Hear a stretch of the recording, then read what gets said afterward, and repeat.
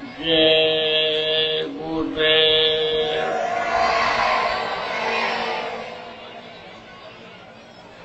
गुरुदेव तुम्हारे चरणों में शतकोटि प्रणाम हमारा है।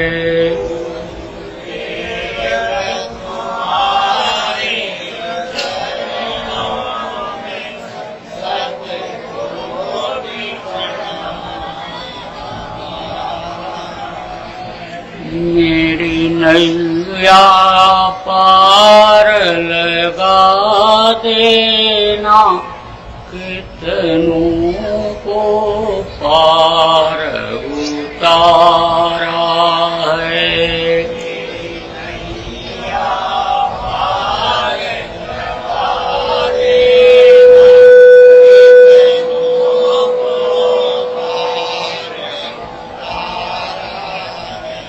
मैं बालक बुध तुम्हारा हूँ, तुम समर्थ पिता हमारे हो।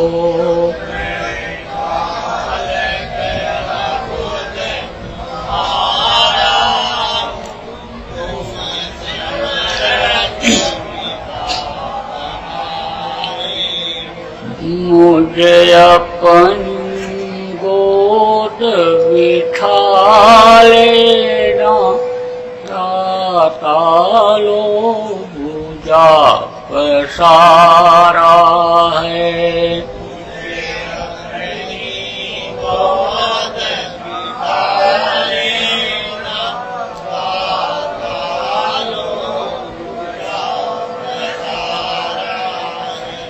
यद्यपि संसारी ज्वालाएं हम पर प्रहार कर जाती हैं,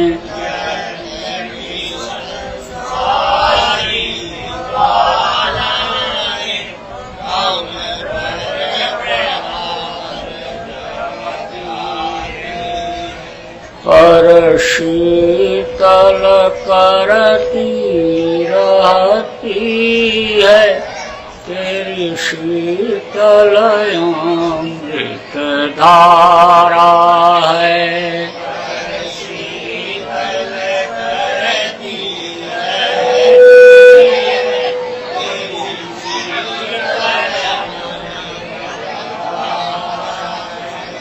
जब आंधी हमें हिला देती, ठंडी जब हमें कपा देती, जब आंधी हमें हिला देती, ठंडी जब हमें कपा देती, मुस्कान तुम्हारे अधरों की दे जाती बड़ा सहारा है।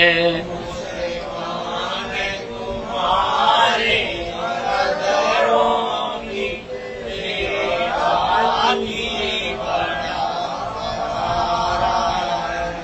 कुछ भुजा उठा कर कहते हो, कुछ मंत्र सा पढ़ते हो, कुछ भुजा उठा कर कहते हो, कुछ मंत्र सा पढ़ते हो। गद गद हो जाता हूँ स्वामी, मिल जाता बड़ा सहारा है।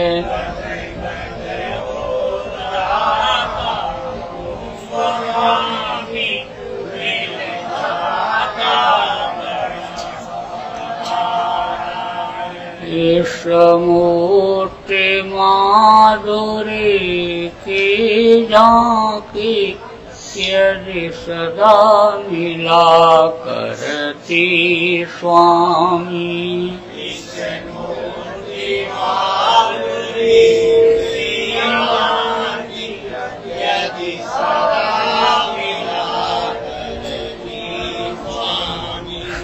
सौभाग्य समझते हम अपना कौतूहल नाथ तुम्हारा है। सौभाग्य समझते हम अपना कौतूहल नाथ तुम्हारा है।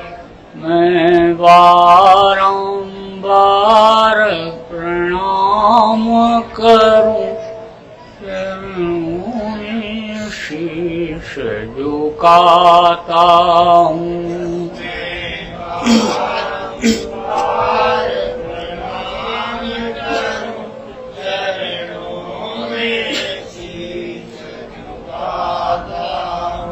अब पार अवश्य हो जाऊंगा, गुरु ने पतवार संभाला है।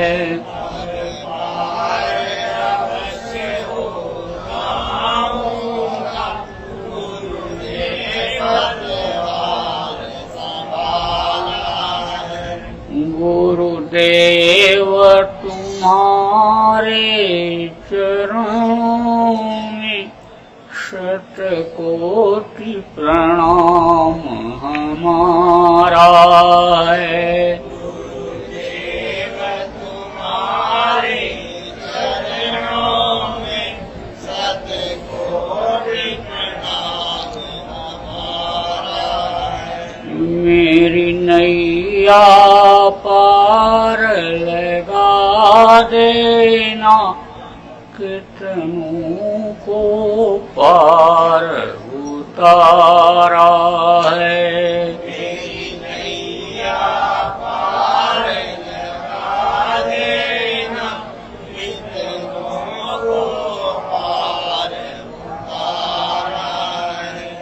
गुरुदेव तुम्हारे चरणों में शतकोटि प्रणाम हमारा है। गुरुदेव तुम्हारे चरणों में शतकोटि प्रणाम हमारा है। मेरी नैया पार लगा देना, कितनों को पार उतारा है। मेरी नैया पार लगा देना, कितनों को पार उतारा है। जय गुरुदेव। सर्व समर्थ सर्वत्र स्मरणीय परम पूज्य गुरु जी महाराज, उपस्थित सभी सत्संगी धर्म प्रेमी बच्चे एवं बच्चियों, गुरु महाराज की अपार दया मेहर हुई और आज 18 जनवरी 2018 को तुमकुर के सभी प्रेमियों का सत्संग के माध्यम से दर्शन का अवसर मिला। ऐसे अवसर इस समय कलयुग में जीवन में कम मिलते हैं कि जब सत्संग की बातें कहने और सुनने का अवसर मिलता है। लेकिन जब मेहरबानी हो जाती है तो जीव इसी तरह से इकट्ठा हो करके और मालिक के गुणानुवाद को, उनकी महिमा को, जीवात्मा परमात्मा के भेद को, रहस्याश्रम में रहने के तौर तरीके को, प्रकृति से समय पर जाड़ा गर्मी बरसात लेने को सीखने के लिए इकट्ठा हो जाते हैं। यह संसार, ये दुनिया जो आप अपनी इन बाहरी आंखों से देखते हो, यह एक दिन आपसे ओझल हो जाएगी। जितनी भी चीजें दिखाई पड़ती हैं इस दुनिया संसार में, आपकी अपनी कुछ भी नहीं है। रुपया पैसा, धन दौलत, मान प्रतिष्ठा, महल अटारी, शरीर छूटने के बाद सब यहीं रह जाएगा। यह शरीर खाने पीने मौज मस्ती के लिए उस मालिक ने नहीं दिया। अपने इस शरीर को चलाने वाली शक्ति जो जीवात्मा है उसको जन्म मरण से छुटकारा दिलाने के लिए दिया। लेकिन इस चीज को इस वक्त पर लोग भूल रहे।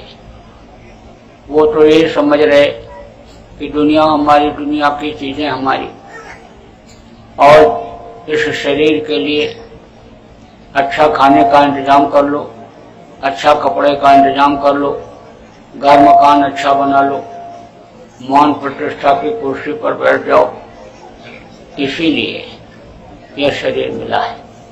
लेकिन यह शरीर भगवान के भजन के लिए मिला, यह अपना नहीं है, यह भी उसी के अधीन है। जब वो चाहेगा इसको खाली कर लेगा, और जैसे समय पूरा होगा यह धड़ाम से गिर जाएगा और इसको लोग ले जा करके जला देंगे।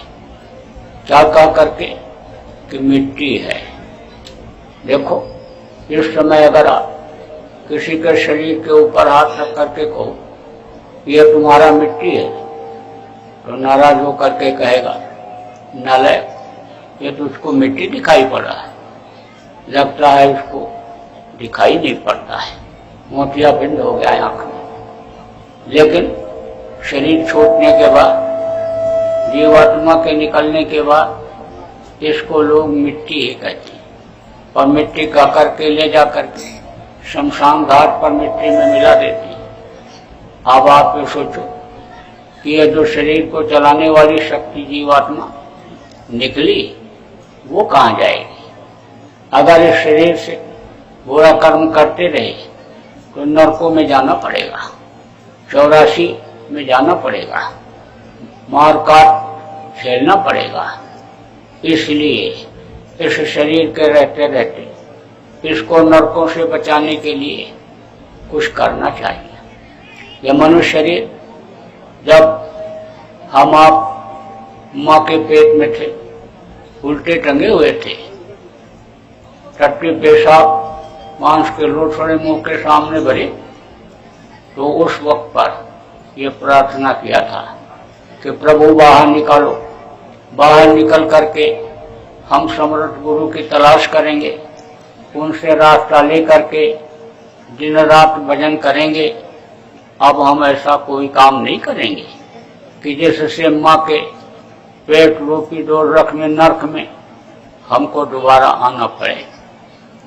9 महीने तक माँ के पेट में लटकने के बाद जब बाहर मनुष्य शरीर में इस धरती पर कदम रखे, तो उस समय पर जो मालिक का दर्शन होता था, दर्शन होना बंद हो गया।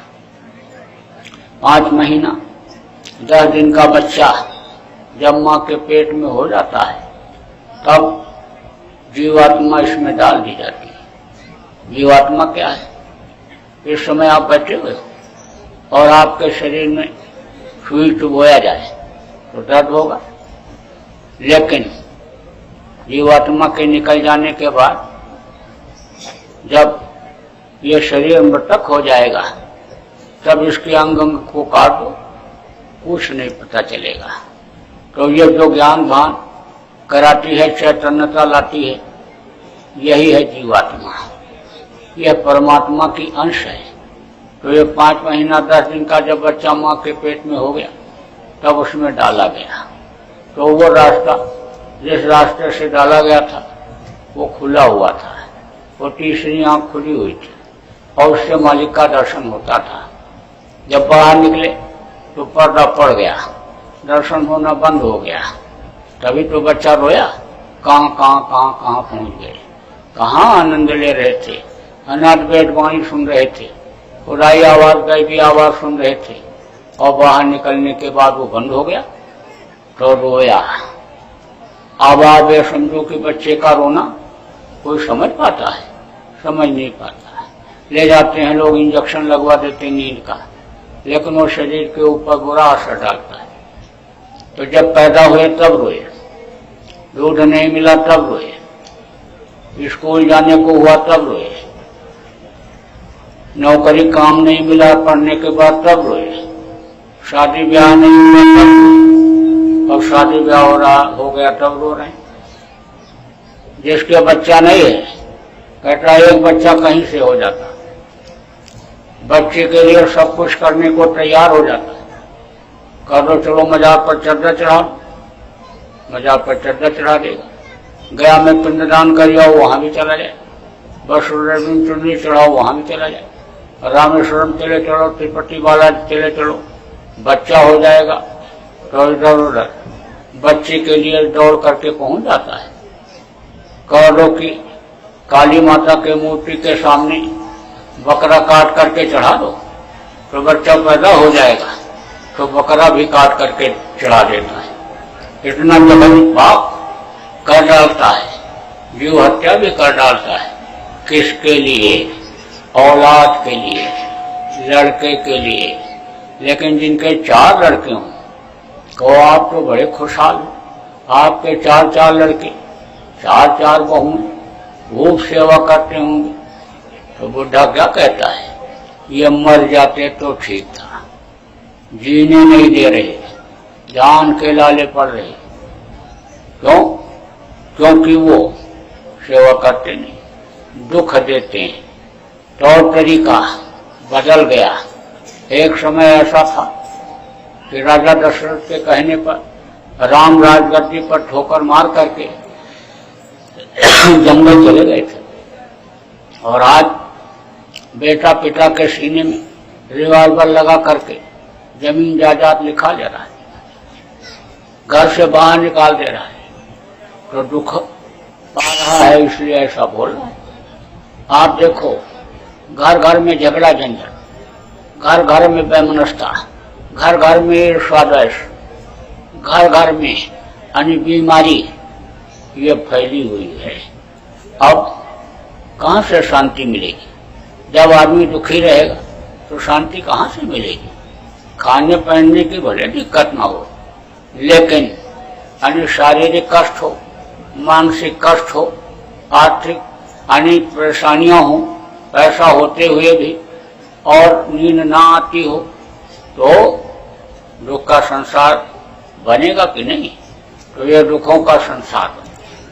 अब आप समझो कि शांति कहाँ मिलेगी? जब सत्संग सुनेंगे, संतों के पास जाएंगे, लेकिन वो आना जाना बंद हो गया। जब बंद हो गया तो तौर तरीका बदल गया। गृहस्थ आश्रम में कैसे रहा जाए, भाई भाई के साथ कैसा व्यवहार करे, पिता पुत्र के साथ कैसा बर्ताव करे, पति पत्नी का पद क्या होता है, ये सीख नहीं पाए, समझ नहीं पाए। तो घर छोड़ करके, घर के झगड़ा झंझट से लोग भाग रहे हैं। औरतें घर के झगड़ा झंझट से जल करके, जहर खा करके मर रही हैं। तो कैसे शांति मिलेगी? अब आप इस बात को समझो कि जब लोग शाकाहारी भोजन खाते थे तो लोगों की बुद्धि सही रहती थी। जब मांसाहार करने लग गए तो खून गर्म हो गया। अब खून गर्म वाले के तो क्रोध गुस्सा आएगा ही। जब सत्संग लोगों को पहले के समय में मिलता था तो कैसे खाते, कैसे रहते, कैसे विचार भावना रखते, इन चीजों की जानकारी होती रहती थी। और उसका आचरण जब लोग करते थे तब शरीर के लिए ही आदमी सब कुछ नहीं करता था, आत्मा के लिए भी करता था। माँ के पेट के वादे को याद करता रहता था। लोग याद कराते रहते थे कि भजन पूजन के लिए मनुष्य शरीर मिला है, भोगों में बिताने के लिए नहीं मिला है तो लोग अपने अपने तौर तरीके से ही सही, लेकिन थोड़ी देर मालिक को जरूर याद करते थे। अब इस समय पर तो बहुत से लोग मालिक को ही भूल गए और बस रोटी रोटी के चक्कर में ही दिन रात चरखे की तरह से चलते रहते। कभी कभी आदमी को होश आता है जब किसी मुर्दा को जलवाने के लिए या गड़वाने के लिए शमशान घाट पर जाता है। जब तक मुर्दा जलाने की तैयारी होती है तब तक लोग बैठ करके बहुत अच्छी अच्छी बातें करते हैं। क्या गया बेचारे के साथ, सब कुछ यहीं रह गया। धन